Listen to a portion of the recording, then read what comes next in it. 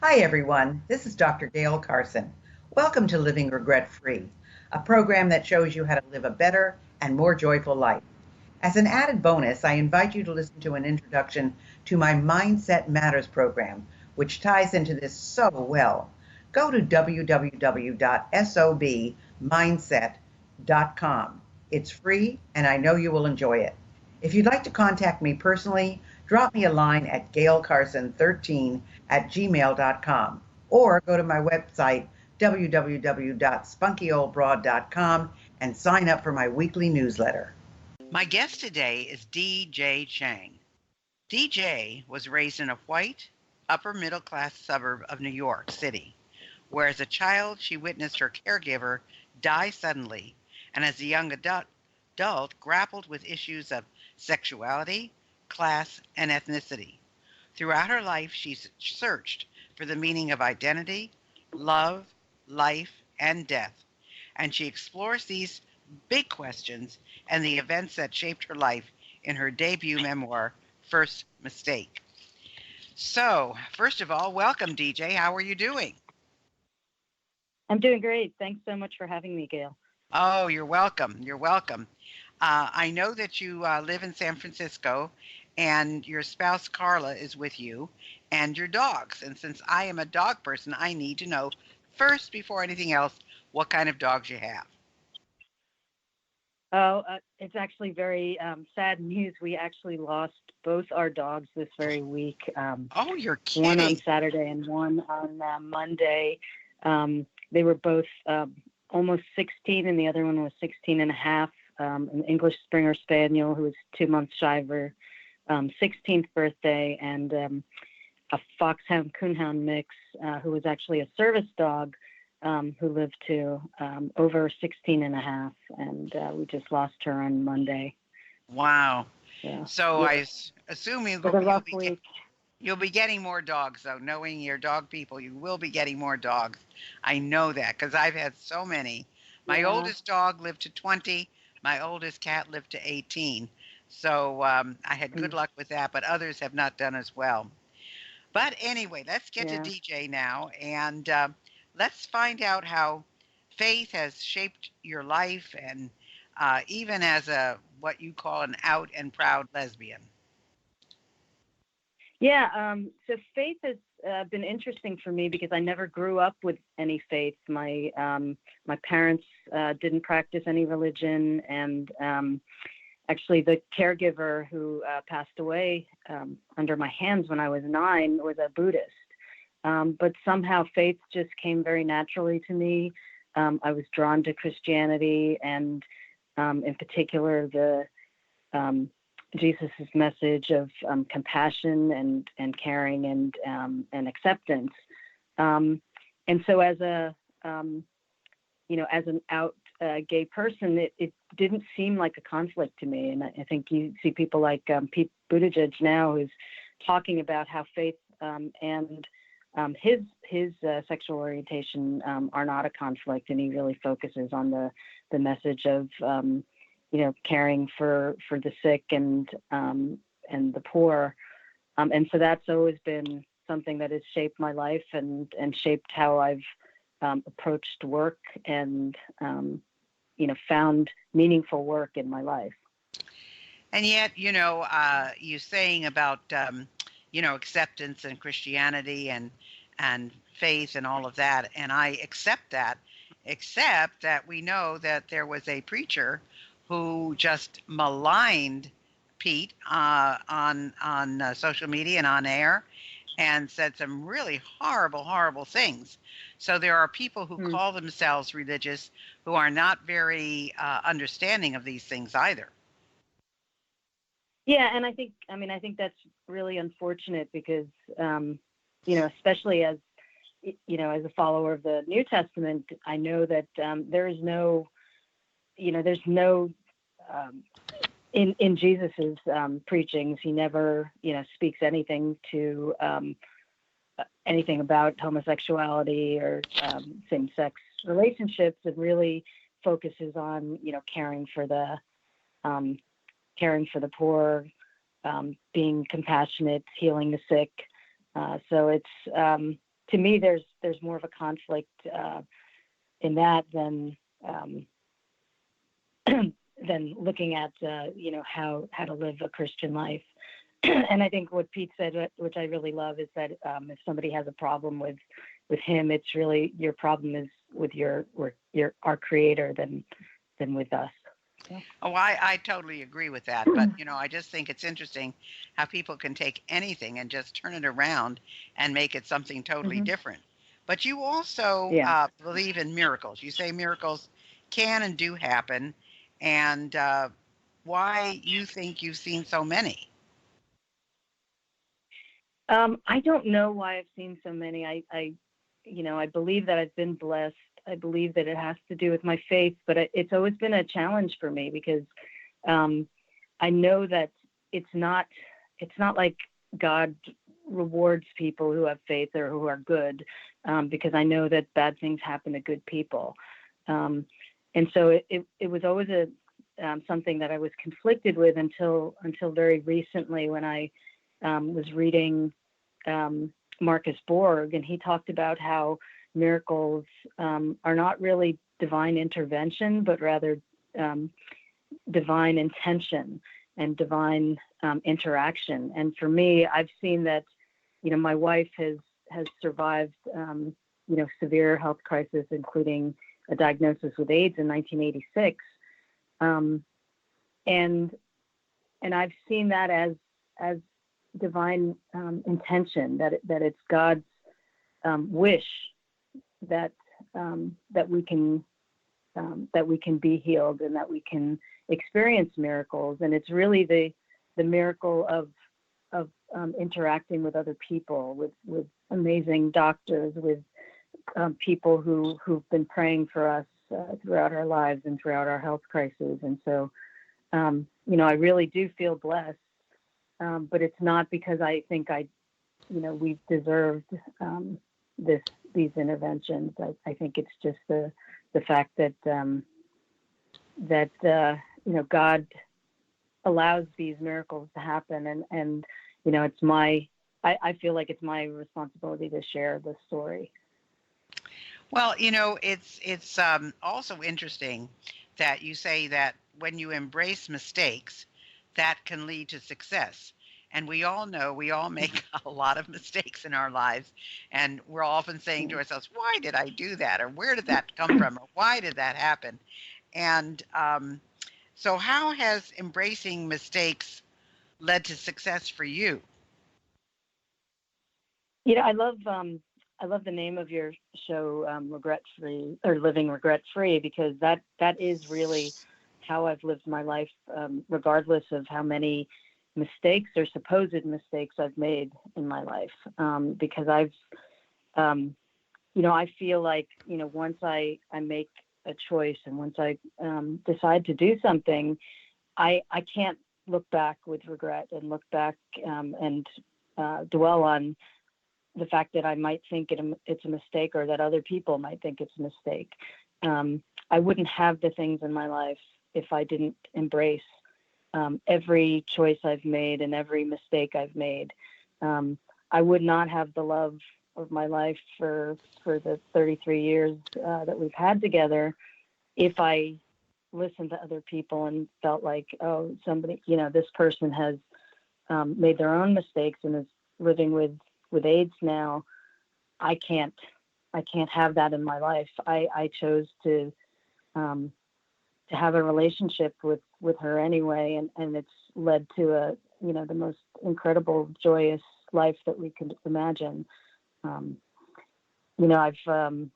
left jobs that were secure. I've left careers that were fulfilling, and by anybody's account would have, people would be, thrilled with, and enabling me to have, monetary success and, career success. But I felt like there was something more to life than just those things. And so I've really embraced every decision I've made, whether or not it's seen as a mistake. And I feel like they've led me to the the place I need to be in my life. And I also think that those are the opportunities I've had to learn the most about life. So I think that's how I see it. Well, you also said you fought for same-sex marriage, and I know in California, same-sex marriage is legal, and I wonder, I mean, because you're saying you've been together for 33 years, what, how, and when did you start fighting for it, and what kind of stumbling blocks did you run into? Well, actually, same-sex marriage is legal in all states now. Right, but it really Supreme started Court first, I think, way in back. It did. Yeah. Yeah. I mean, we actually had a blessed union back in 1991, where we, through my church and it was actually the minister through the Metropolitan Community Church, that was performing same-sex unions. They called them either holy unions or blessed unions at that time. We're on actually the religious community was on the forefront of recognizing same-sex unions. And so we had a small ceremony with about, I think, 60 people or so back in 1991. Then this was in New York, and New York recognized domestic partnership then shortly after that, and we were registered as domestic partners. I think many states followed that as well. But it wasn't until California, actually in San Francisco itself, where the mayor started just issuing marriage certificates to same-sex couples. That was actually, they were stripped from people at that point. We actually didn't get it done at that time, but we waited till it became legal in all. Actually, I don't think it was legal in all states. It was legal in California, and we did get legally married in 2014, and I believe it was 2015 when the court case was followed up in the Supreme Court, where all marriages were found to be legal. Well, there's amazing progress that has been made in HIV and AIDS today. I mean, so many years ago, there was not this ability to survive, and they didn't have the medical ability to keep you in a fairly healthy way at that point. But now they've really done amazingly well with it. So what would you say are the 5 most common myths about HIV and AIDS? I mean, I think there's still myths that HIV can be transmitted through, through mosquitoes or through touching somebody or through sharing a utensil or sharing a toothbrush. That's not the case. You can't get HIV that way. I think another myth is that I think there's also a misunderstanding that HIV can be transmitted at any time. And actually now, as you say, the treatments are so good that the virus itself can be undetectable. And once that is achieved, the person can't actually transmit the virus anymore either.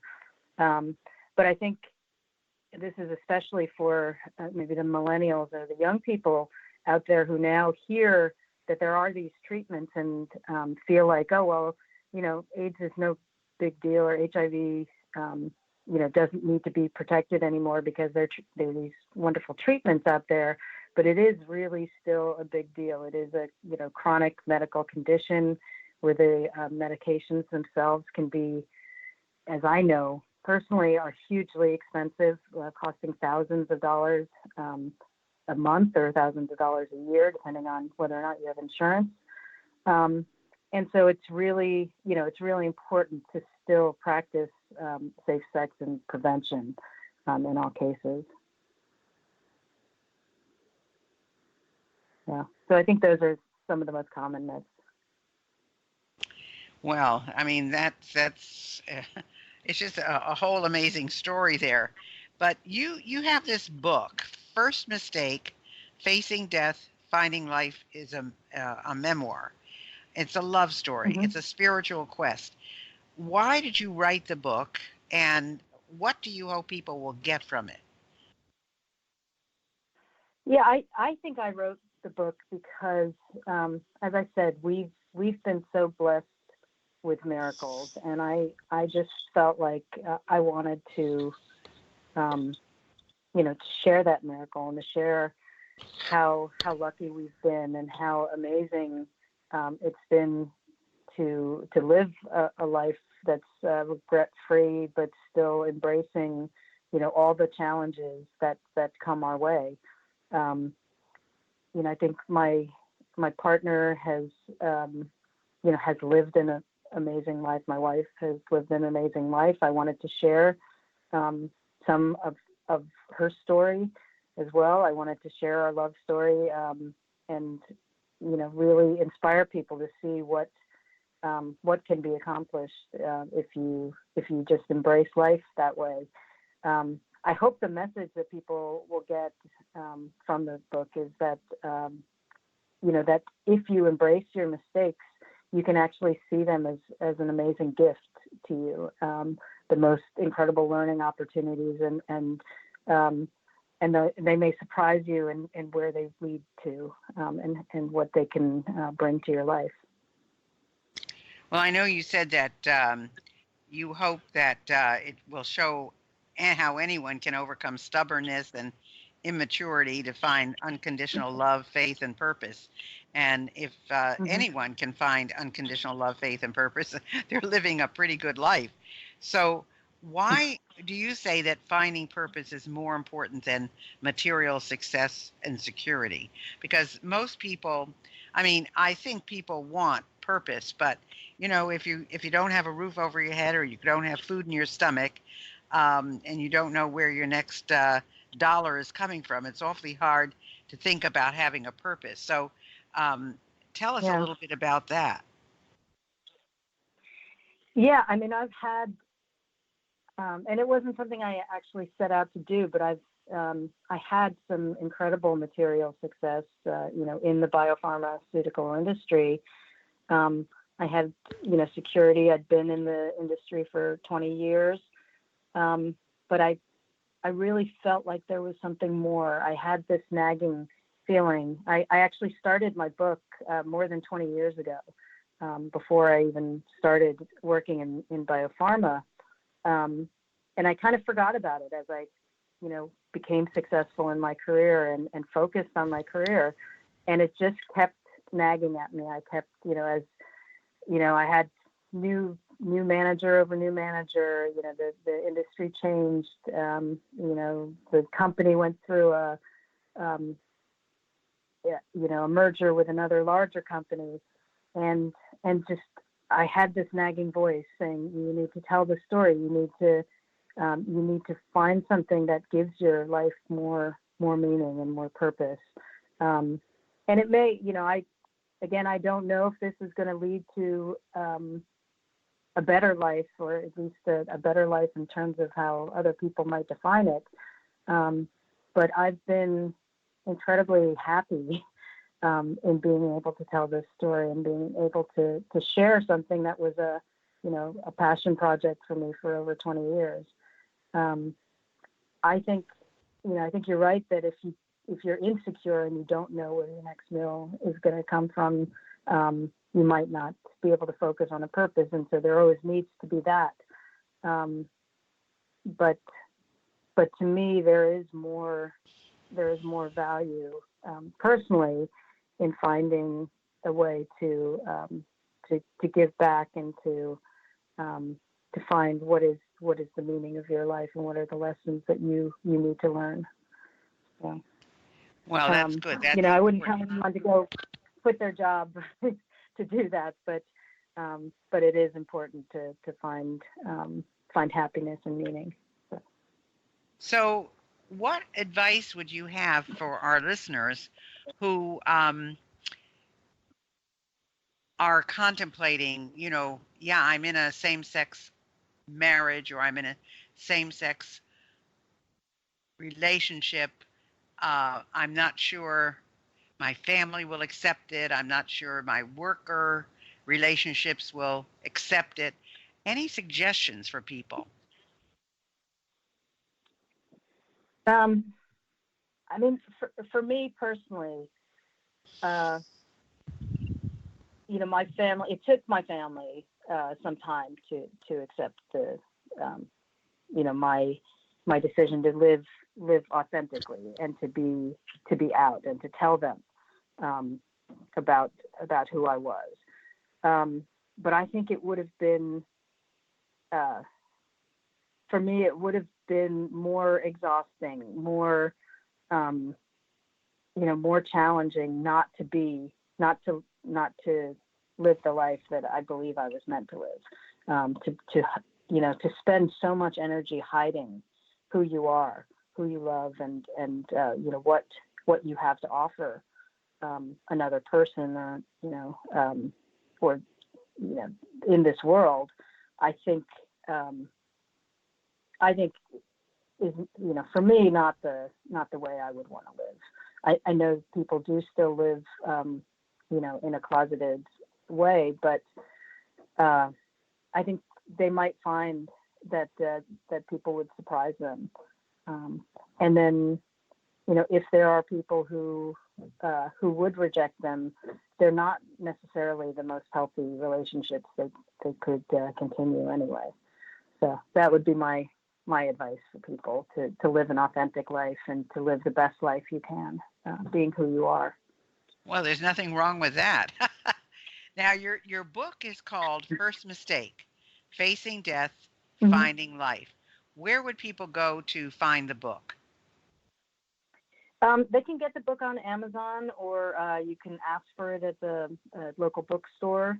The easiest place is probably Amazon, but I know some people, like to support their local bookstores as well. So it is available there as well, if you ask for it. And what is in the future for DJ Chang? Well, I've been also trying to, build a business since I left biotech. And I'm really hoping to be able to support rural America by creating innovative, plant-based solutions that are alternatives to petroleum-based plastics, and also looking at creating new innovative products for the disabled or the senior citizens. So wow.